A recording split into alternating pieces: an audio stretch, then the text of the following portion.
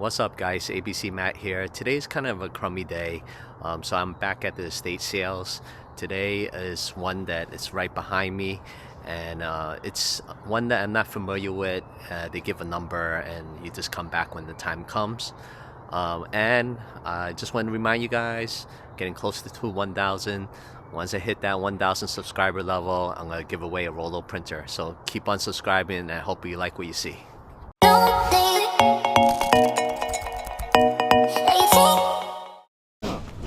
Welcome to my channel, guys. I'm ABC Matt, and if you're not familiar with me, I go to yard sales, estate sales, find undervalued items and sell them on platforms like eBay, Poshmark, what have you. So again, I'm at estate sale.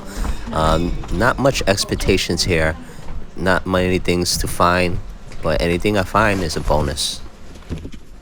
Normally when I go to estate sales, I'm always battling with the vinyl record people. This time around, there was no battle. And then you kind of wonder why. And if you look at these records, they're not that great. You'll see me pick up a few because they have some kind of value to it. But all in all, at the end, I did put them back because it's not really worth it for my time and effort to put the listing up and to pack it when it eventually does sell, because those will be slow movers. So I did eventually put it back. I do want to mention that I'm not going to do too much heavy sourcing because I did do quite a bit of internet sourcing throughout the week. So I do have a good amount of inventory. So it allows me to be more picky with estate sales. I do want to mention that one thing that resellers doesn't disclose on their videos is how many, for instance, the people that go to garage sales, they go to a lot of garage sales just to find those hits, those good quality hits. It takes a lot. I mean, they have to go through plenty before they see any significant content to put on YouTube. For me, on the other hand, I only do a few. So you're going to see in my videos, not the greatest of sales. I mean, you make some sales, but not the greatest, because only for the fact that I don't go to the same amount like other resellers. Estate sales, they do gives me a significant amount of sourcing, but the margins are a little bit tighter. So that's why you see like profit margins a little bit less degree than others. But that's the nature of the business. It really comes down to the space you have, how much time you have, and both those categories, I don't have that much. Now, flea markets are great, the ones that ADH Dave goes to, or, Carrie, or even Kevin. They have good flea markets over there. The flea markets in my area is not that great. That's why you never see my channel that I go to flea markets, because janky, so I don't know. Over there it's not the typical flea market. It's more the really people who create stuff. It's sort of like walking to Etsy, but there's no resale value to them. But anyway, like I said, you see me pick up records, so eventually I did put it back. I did pick up a few things here and there, but you'll see in the end of the video how much stuff that I picked up and the profits and stuff. It wasn't that much. I mean, it was a very light day, and I apologize for the crummy video. But this week was kind of light. With all that talk, I forgot to even mention the dimensions of this house. So this house is 780 square feet, 2 bedrooms, 1 bath, and it's estimated at $500,000. And that's only for the fact that it's in a neighborhood that's on the pricey side. Not rich neighborhood per se, but it's more, for some reason, this neighborhood is kind of up there.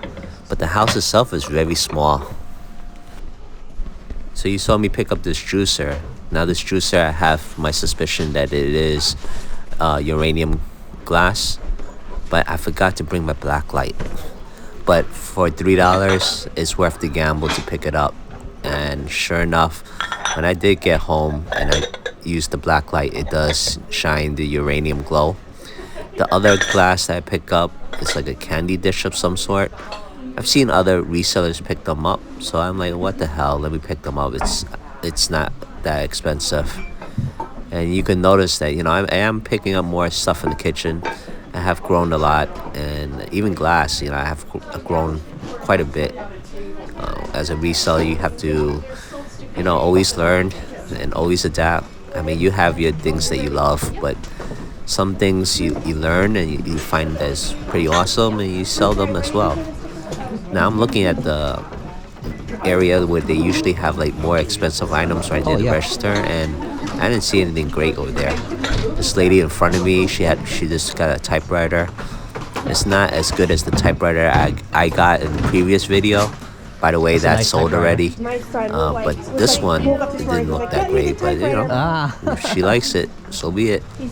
I think the typewriter I got in the previous video, it sold quickly. It sold it for like $350. It's going to Australia, and normally I would not accept that price. I would try to shoot for that 400 range, but because it's through eBay and eBay's international policies, I'm like, for $350 for peace of mind that it won't get returned. I'm like, all right, eBay's gonna handle it from there out. I'm just gonna ship it to the facilities in Illinois and let them handle the rest. I'm like, it's one of those things. I don't understand why people don't like international shipping, because eBay does all the work. You just ship it to the distribution center. So that's a cool 200 plus profit for me. So I'm looking at these books now. Didn't see much in the book categories. That's another category I'm gonna work on and learn from. I'll eventually get there, but it's hard because there's so many out there and not sure what to look for.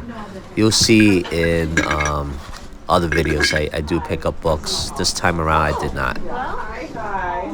So there was some miniature houses above the books. I picked up one just to look at it because it kind of reminds me of like the spice houses that you normally find in the kitchen, but I didn't know what they were. So I used Google Lens, took a picture of it.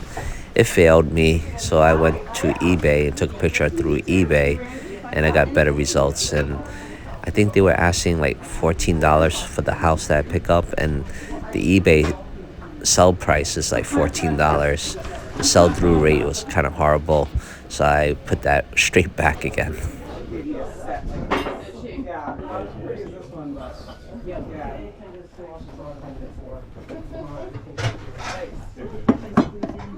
Yeah. Totally.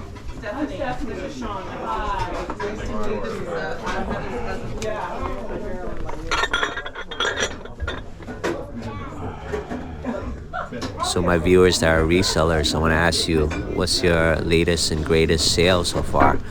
As you know, I said earlier that mine was the typewriter. It was worth lugging that 30-something pound item and actually shipping that out. So I want to know, like, what was the good sale for you so far?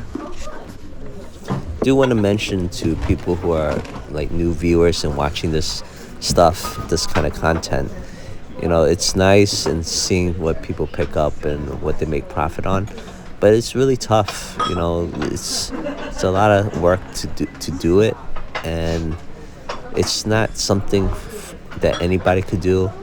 Do want to mention like full-time resellers. It's hard for them, because income is inconsistent. You got to save for those periods where there's no sales, absolutely no sales those months.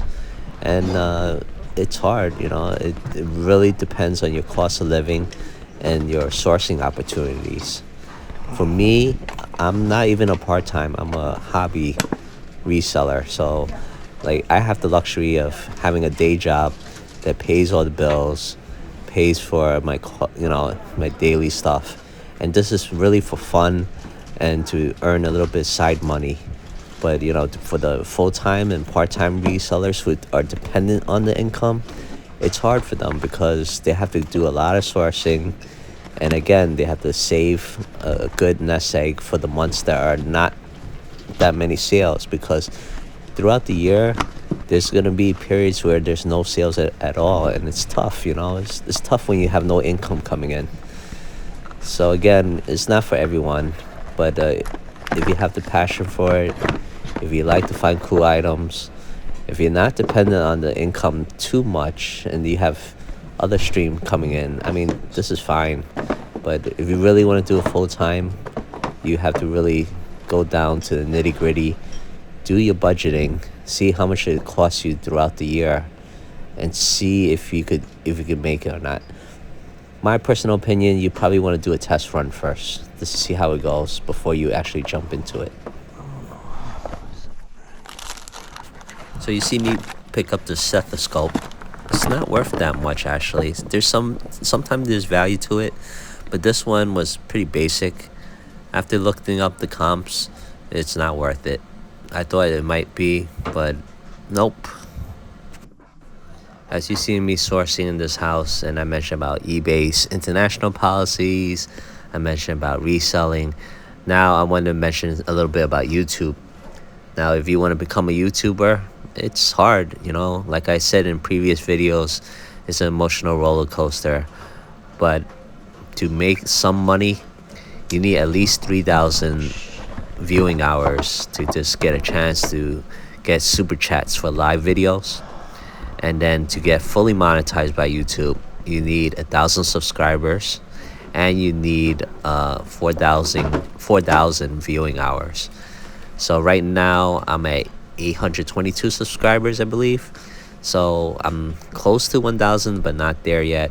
I did hit the 3,000 viewing hour mark. YouTube is actually just making sure that I follow all the policies before they approve me for getting super chats. And then once I hit that 4,000 viewing hours, then I get monetized. And it's hard too, because even if you hit that milestone, you're not making that much. You really need to continue to grind to build that following and build those view hours before you can make any significant amount of money. So it's not easy as well, just like reselling. It looks fun, but you gotta really do your due diligence and grind to actually make that kind of money.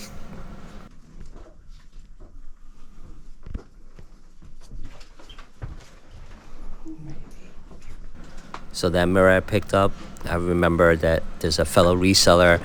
Her name is Belle Resells on YouTube. She wanted a mirror for herself, like a fancy one, so I picked this one up. If you haven't seen her channel, it's Belle Resells, and she gives like behind the scenes feel of selling vintage books. So if you haven't, check her channel out. She's a newbie YouTuber, and she needs the subscribers too. The fun thing about being a new YouTuber, when you're not monetized yet, for that matter, you get to tweak your videos. If you look at my beginning videos, it was very cringy. But you refine your craft, and you get the luxury of changing things up, seeing what works out and everything. Once you get monetized, then you got to be a little bit more level of consistency. But in the beginning stages, the world's your oyster. You could just do as you please, and just keep adjusting, keep adapting, see things what worked and what didn't work, and then you hone your craft more. So that's the luxury of doing it. But again, if you haven't watched her channel, go check her out. All the small time YouTubers, we all need your help. Like big time YouTubers, they always would get their audience and everything. They continue to grow too, but the small time ones, we have it a little bit harder because there's so many content out there. It's so hard to watch everybody. So I just hope that the subscribers could share the love and subscribe to everybody and support one another, because the reselling community, we're great. We do support each other. We just want some of the viewers and subscribers to do the same.